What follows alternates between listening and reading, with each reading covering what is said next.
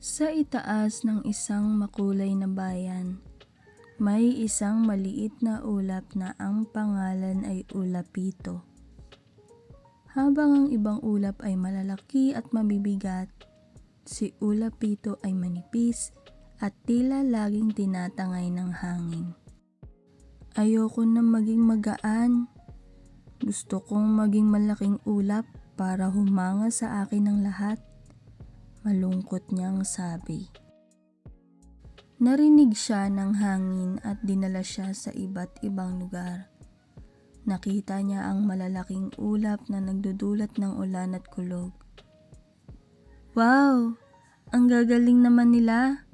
Sana ganyan rin ako. Isang araw, dumaan siya sa isang tuyong bukirin.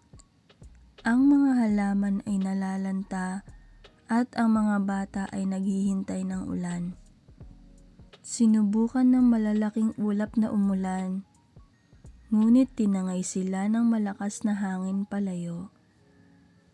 Si Ulapito, dahil magaan, ay nanatili sa ibabaw ng bukirin. Unti-unti siyang nag-ipon ng maliliit na patak ng tubig hanggang sa hindi na niya kaya ang bigat. At biglang pumatak ang ulan. Hindi malakas, ngunit sapat upang mabuhay muli ang mga halaman. Nagsigawan sa tuwa ang mga bata habang sumasayaw sa ambon. Salamat munting ulap! Sigaw nila. Napangiti si Ulapito. Hindi niya kailangang maging kasing laki ng iba upang maging mahalaga.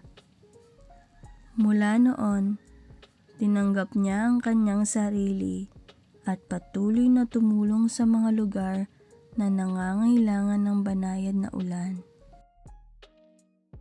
Aral ng kwento. Hindi kailangang maging katulad ng iba upang maging mahalaga. Ang bawat isa ay may natatanging kakayahan na makatutulong sa kapwa.